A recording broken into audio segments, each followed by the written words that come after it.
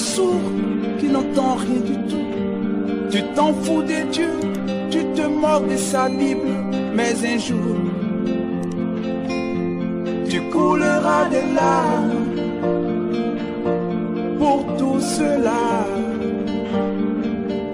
Tu vas couler des larmes, tu vas...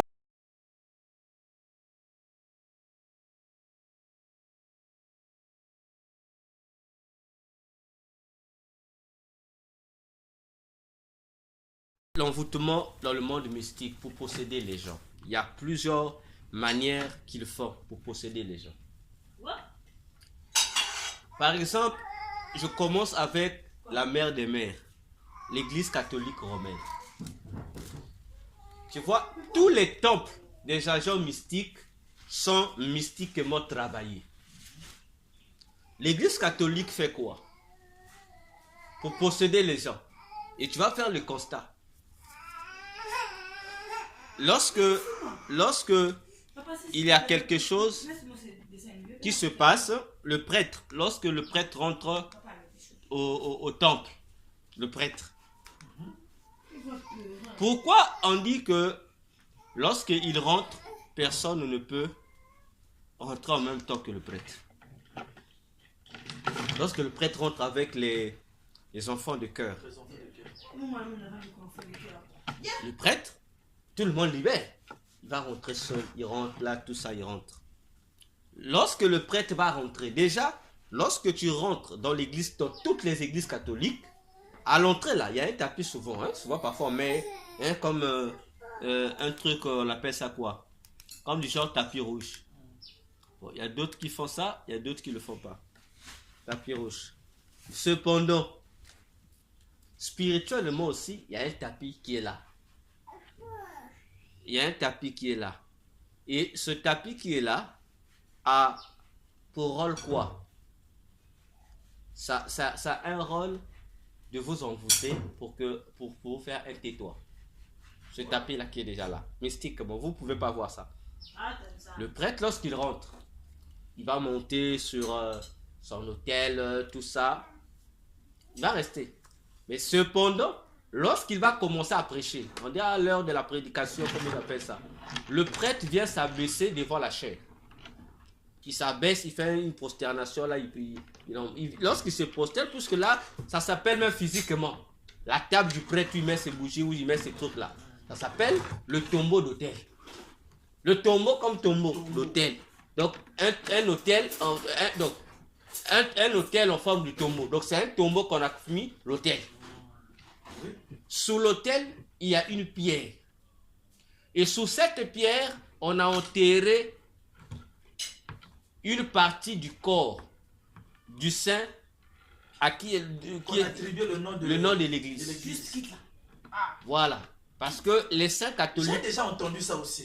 Lorsque les saints, qu'est-ce qui se passe avec le catholicisme? Lorsque vous écoutez l'histoire de la canonisation, on a canonisé quelqu'un. La canonisation, c'est une pratique mystique qui consiste à faire quoi? Lorsque quelqu'un meurt, dans le catholicisme, même pas du sport, d'autres religions pratiquent ça aussi. On vous dit son corps est canonisé, ça veut dire c'est un corps qui ne va pas pourrir. Ça reste intact. Donc comme si la personne dort seulement. Il y a des pratiques mystiques qu'on fait pour canoniser ces corps-là. Une fois que le catholicisme, ton corps décède. D'abord, tous les saints catholiques sont enterrés dans le cimetière catholique. En fait, lorsqu'ils parlent des saints, leurs prêtres, leur quoi, dans leur cimetière. Pourquoi? Lorsqu'ils vont le diable dans le monde de ténèbres va se décider que tel doit devenir saint. Parce que chez eux, pour devenir saint, il faut... il y a des pratiques comme ça. Pour eux, tant que tu es vivant, tu n'es pas saint. Il faut mourir. Alors, lorsque la décision sera prise dans le monde des ténèbres, que tel prêtre ou telle personne de catholique est mort, il doit devenir saint, on va couper une partie de son corps. Une partie. Ça dépend. Il peut prendre une partie de sa chair. Ils viendront enterrer dans l'église qui portera le nom de ce saint-là. Ils vont enterrer ça dans la partie là, sous l'autel là. Et on va mettre une pierre là. C'est cette pierre qu'on va mettre. Ça veut dire quoi? l'esprit de la personne là va gouverner cette église-là. Ok? Parce que qu'est-ce qui se passe? Toute personne qui existe sur cette terre est accompagnée d'un ange ou d'un démon. Dieu a fait un ange et le diable a fait un démon. Lorsque tu meurs, si tu meurs correctement, tu es mort, tu es expédié au séjour de mort, tu es emprisonné là-bas. Le démon là sera ta double, va te représenter toi. C'est une option. Ou encore, si tu ne meurs pas, c'est-à-dire ta mort est une mort truquée par les démons. On croit que tu es mort, en réalité tu n'es pas mort. Tu as été expédié dans le monde mystique. Lorsqu'on va prendre cette chair-là, là on va enterrer ça, soit ton démon, ou soit l'esprit venant régner dans cette église-là. Donc vous tous qui venez dans cette église, vous êtes envoûtés par ce démon ou cet esprit de mort qui vous envoûte. Alors le prêtre, avant de commencer la prédication, il baise ça. Il prend l'onction en fait. Il fait une passation de service. Donc lorsqu'il baise ça, il demande au démon, à l'esprit de mort d'entrer en lui. Lorsqu'il se relève, le prêtre n'est plus prêtre. Il s'est transformé. Il devient un serpent. Il s'est métamorphosé. Sa langue devient la langue du serpent, physiquement. Mais vous qui avez des yeux, qui n'avez pas les deux yeux, vous n'allez pas voir. Oui. Mais ceux qui ont deux yeux, ils voient que le prêtre est devenu moitié humain, moitié serpent. Ils voient que le prêtre, ce qu'il dit là, c'est la langue du serpent qui vient. Ils voient ça physiquement. Tous les sorciers sont la voix. Ancien, lorsque le prêtre va commencer à parler, comme c'est un serpent qui parle, je m'ai oublié le nom du rouleau, comment tu appelles le tapis là, le rouleau là, c'est le rouleau à l'entrée qu'ils mettent. Donc, ils enterrent à l'entrée de la porte de l'église ce rouleau là, son nom va venir, il y a un nom là. Alors, donc, dès qu'il va commencer à parler, le rouleau s'active et le rouleau libère l'envoûtement dans la salle.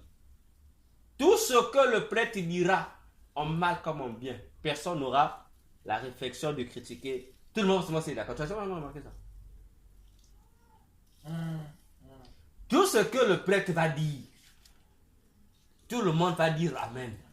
Et les intellectuels qui sont là, même si le prêtre est en train de dire quelque chose que consciemment tu sais que c'est faux, mais l'envoûtement là t'oblige à dire oui.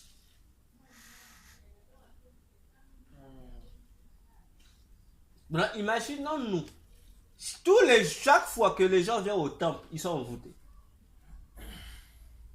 Même s'ils sortent, attends, soyons sérieux. Combien d'intellectuels sont dans le catholicisme? Vraiment. Tu viens, on te fait adorer l'idole.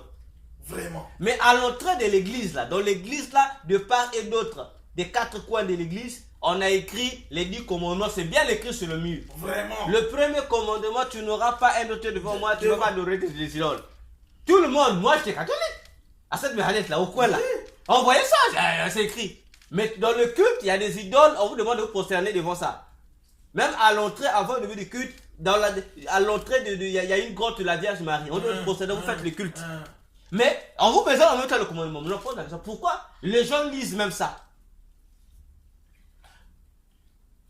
J'ai déjà posé. En fait, il y a une fille chez moi là-bas.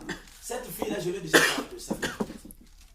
Et elle me dit, oh non, nous ne prions pas les statuettes. Non, on ne prie pas ça, nous on prie Dieu. Les statuettes là, c'est juste l'image, c'est juste pour le présenter. Mais sinon, nous on ne prie pas ça. Oh. C'est l'envoûtement en fait.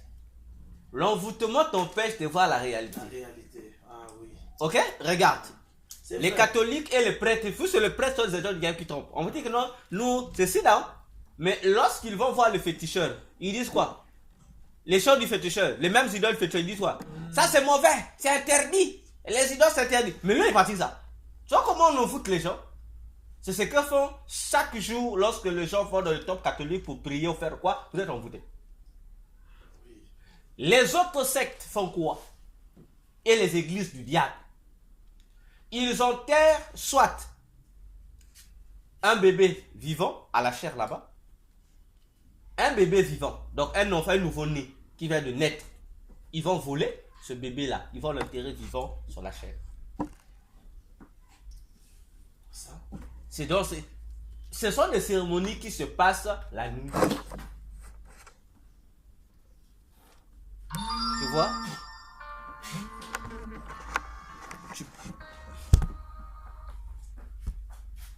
Donc, les églises sataniques ou certains sectes, ils vont prendre le nouveau-né là. Bon, ils vont aller le voler dans les hôpitaux. Et c'est un travail qui est fait en complicité avec les hôpitaux. Parce que le diable existe toujours. Je vais te dire, un bébé qui a entre 1 mois ou 2 mois, qui vient de naître. Donc, il faut voler. Parfois on dit, le bébé qui vient d'être maintenant là, il faut le voler. On va le voler, on vous dira à l'hôpital, votre enfant est mort ou l'enfant a disparu. La nuit, l'église bien bâtie, la nuit, on va enlever la chair, on va planter l'enfant là, on va l'enterrer sous la chair, mystiquement. On va mettre l'enfant vivant. Et l'enfant là va mourir. Mystiquement, on l'enterre. Mystiquement, on prend l'enfant, on enterre l'enfant. Donc c'est un enfant vivant physique, on l'enterre mystiquement. Parce que votre estrade déjà a été bâtie, non? A été déjà bâti. Mais donc, physiquement, il faut casser. Mais si on casse, Ouais. demain les gens sauront qu'on a cassé. Maintenant, ils vont ouvrir un trou mystiquement. Et on va mettre l'enfant sous la chair. Lorsque l'enfant là sera là, l'enfant va pleurer, l'enfant mourra, l'enfant va pourrir. Les asticots qui vont sortir de l'enfant vont attirer la popularité à l'église. Maintenant, la voix de l'enfant, tu sais que l'enfant obéit bêtement, non? On a chaque fois que le pasteur commence à parler à l'église, tout le monde va commencer à obéir. Même si tu sais que ce que le pasteur dit fou, toi tu vas commencer à dire amen. Si ce n'est pas un bébé, on va enterrer un mouton. Hein, c'est ce qu'on appelle chez nous le mouton. Parce que le mouton, on dit, il suit, c'est un animal qui suit bêtement les gens. Tu vois, dans le mouton, si c'est lui qui est devant eux, pas gauche, tous les moutons vont suivre. Et le diable joue avec ce phénomène-là et on fait de ça un rituel. Et on prend un mouton vivant, on va enterrer sous la chair. Donc vous tous qui priez dans cette église, on était enterrés, les cabris, ce quoi là. En fait, on vous réduit au silence, non? Même si tu es là, tu sais que ce que le pasteur dit c'est mauvais. Dans ton cœur, tu sais que c'est faux. Mais tu vas te dire, c'est comme il y a une puissance qui te pousse à dire amen contre ta propre volonté. Tu voyez? Voilà, ça s'appelle le parchemin diabolique. Le parchemin diabolique. D'autres disent, au lieu de mettre le parchemin, ce sont des êtres vivants ou des animaux qu'on enterre. Mais l'animal qu'on a enterré là, c'est une personne qu'on a pris dans sa famille. Hein, ou c'est une personne qu'on a pris à l'église. Hein. Parce que vous voyez là, mais c'est une personne qu'on a sacrifiée, qu'on va enterrer là. Qui va réduire. Donc l'église là, elle sera gérée par cet esprit des morts. Bon, vous venez à l'église, le pasteur parle. Oui. Quand on dit, tu vois tout ce monde là, les Joël, Francis, Tato, lorsqu'ils partent, tu dis, ah, mais comment il y a des intellectuels là-bas qui acceptent les bêtises qu'on dit? Mais parce qu'ils ont mis pied, ils ont été envoûtés. Ah oui, ça c'est vrai. Oui. Donc il y a un esprit qui les mettait en silence. Alors, ils sont là en silence. Donc c'est un envoûtement pur et simple. Vraiment, ça c'est vrai. Si tu demandes anciens, bon, c'est que tu connais aux ex-magiciens sorciers, lorsqu'ils vont dans leur réunion de sorcellerie, ou dans les réunions mystiques où c'est un démon quand on s'attend en personne. Mais personne n'a l'intelligence envoûtée là-bas. Personne n'est envoûté. Ils partent avec toute leur... Mais vous êtes là avec toute votre identité. conscience. Vous êtes conscient. Tout ce qui est dit, vous allez tuer tel. Parfois, dedans là-bas, vous-même vous boudez. Mais vous allez exécuter ça consciemment. Donc, c'est ce principe qui est imposé. Troisième système mystique qu'ils font. Ça, ils jouent maintenant avec des feuilles. Il y a des feuilles traditionnelles qui sont ritualisées pour ça. Tu prends la feuille là, tu le mets seulement sous la langue. Il y a des rituels qu'on fait. Tu prends seulement la feuille. Il y a des plantes comme ça. Tu prends seulement une feuille, même un morceau de feuille. On va ritualiser, faire des incantations. On te dit, mets ça seulement sous ta langue. Chaque fois que tu veux prêcher, mets ça sous la langue. Tout ce que tu vas dire l'auditoire va seulement dire d'accord, ils sont d'accord. Mais à la fin, dès qu'il sort, il va comme ça vous dire, oh, comment il peut prêcher ça? Mais dedans, ils ont dit, ah, d'accord. Donc lorsqu'il revient encore, le pouvoir de s'opposer est ôté parce qu'il y a une influence. Ou encore, le moyen le plus bête, c'est le moyen le plus, moi j'appelle ça le moyen le plus bête et le plus facile. On va vous demander, bon, celui qui va te faire des rituels, va faire des rituels sur toi et il va te demander d'aller acheter, il y a un parfum qu'on appelle le parfum Hermès. Il y a un parfum Hermès. Or, le parfum Hermès, c'est le nom d'un démon qui est encore appelé Mercure. C'est le démon qui gère la journée de... Le démon, le propriétaire du nom de mercredi. C'est ce démon-là. Or, c'est un démon, dans le monde de Satan, il fait partie des porte-paroles des démons. C'est un porte-parole. C'est un messager. C'est un bon orateur. Et on va te dire, chaque fois que tu vas aller faire une activité, pompe, mets le parfum. Parfume-toi avec ce parfum. C'est un parfum. C'est mystique. L'odeur est physique. C'est un beau parfum. Mais dès que tu mets ce parfum-là, accompagné avec des rituels, tout ce que tu vas dire, les gens vont t'acclamer. Tu es bon orateur. Même si tu racontes des bêtises, on va te dire que ça mène. Dans tous les domaines, que ce soit domaine religieux ou pas. Et ce parfum-là, Hermès, est utilisé par la plupart des hommes de Dieu. Non. La plupart des hommes de droit, des avocats. Et par les rosicruciens. Et la plupart des avocats sont de la Rose-Croix. Ils utilisent ça. C'est pourquoi on s'étonne parfois, bon, surtout chez nous, dans nos pays ou ailleurs, quelqu'un qui a tort est coupable à haut niveau. Toutes les preuves démontrent qu'il est coupable. Mais son avocat, devant la barre, démontre le contraire. Et à la fin, on dit que non, c'est le coupable qui est innocent, tout ça. Vous pensez c'est quoi?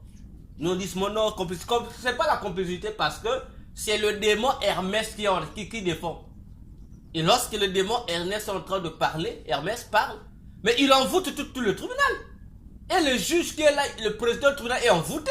Il se soumet à la séduction du démon.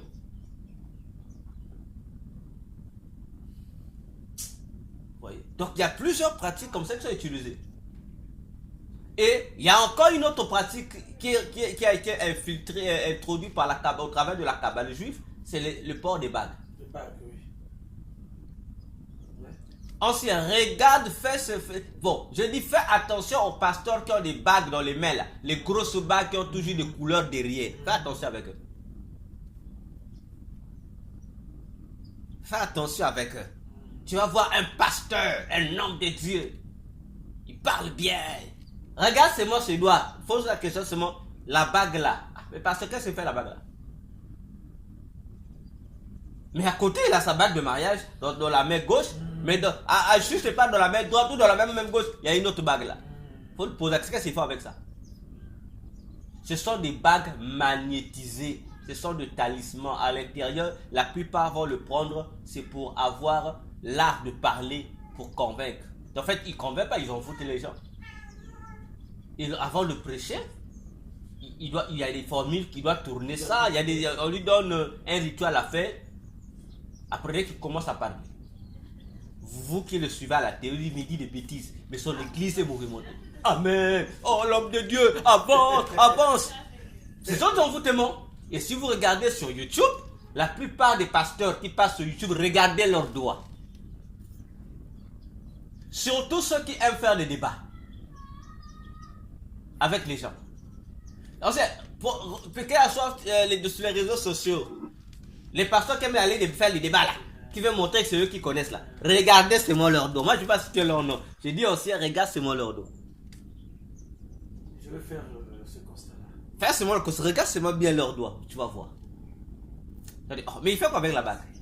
Les soi-disant gros prophètes là, regarde leurs doigts, tu vas voir les bagues là. Mais qu'est-ce que ça vient faire là? Ceux qui se disent les gros prophètes, regardez leurs doigts. Regardez bien leurs doigts. C'est la manipulation en fait. C'est le doigt qui fait le travail. Donc dès qu'il tourne ou il tue la bague, dans la bague là, la couleur là est liée aux esprits qui travaillent là. C'est l'esprit qui fait l'affaire, ils vous en foutent. l'esprit vient éteindre, vient capturer, vient prendre en otage votre esprit. Donc, ça empêche à votre esprit de discerner, de réagir. Et vous êtes là, vous êtes obligé de vous soumettre. Et c'est ce qui se fait dans le monde de Satan. C'est pourquoi, j'ai toujours dit, avant d'aller dans une église, il faut prier. Chaque fois que tu arrives, il faut prendre... Parce que le moment de la parole, les gens jouent avec aussi. Vraiment. Il y a des églises sataniques qui activent, le pasteur, lui, il est baptisé, lui, son problème, c'est vous sont envoûtés. L'activation de l'envoûtement ne commence que pendant la prédication. Vous allez pour vous chanter, ça c'est comme les démons ne vous gèrent pas. Mais dès que lui rentre en action, le pasteur, c'est là où il active les démons. Comme chez nous, on dit non. Avant de commencer, on dit Seigneur, que ton esprit agisse en nous. Lui aussi, il faut pareil. Donc il y a des églises qui attendent le moment spécial. Le moment spécial est là, ils activent. Le démon rentre, il vous envoûte. Mais si toi tu rentres là, tu as véritablement l'esprit de Dieu. Et non, j'ai dit, si le Saint-Esprit qui est en toi est plus fort que le démon là, tu vas sentir, tu ne seras pas affecté. Parce que lui, il va prêcher, ça va commencer. Chaque fois qu'il prêche, toi, ça va commencer à t'énerver. Oui. Tu sens en toi une colère qui monte. Mais il dit des bêtises, ça va t'énerver. En fait, comme on dit, tu sais pas comment on dit ça, comme on dit chez nous là. Et ton cœur va s'enfler parce que tu dis, mais le monsieur dit des bêtises. Parce que l'influence qu'il dégage et l'influence que toi tu dégages, il y a opposition. Tu vois, il y a opposition. C'est pourquoi j'ai toujours dit aux gens, les prédicateurs qui vous disent, dites Amen. Je ne dis pas que tous sont mauvais. Non. Il y a des vrais et des faux. Mais je vous mets seulement en garde.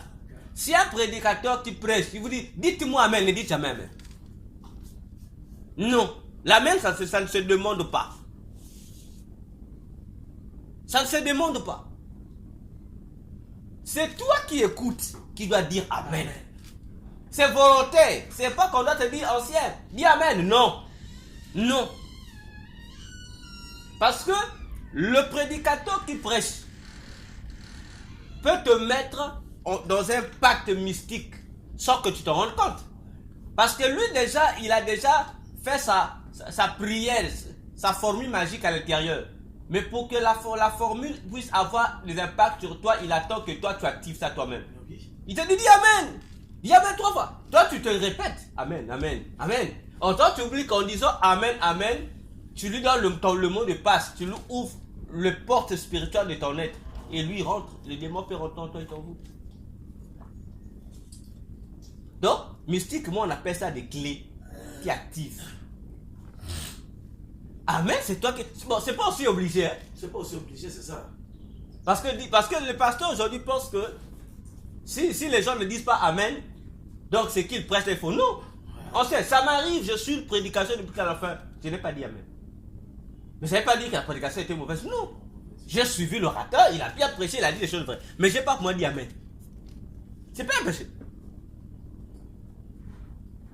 Vois-tu?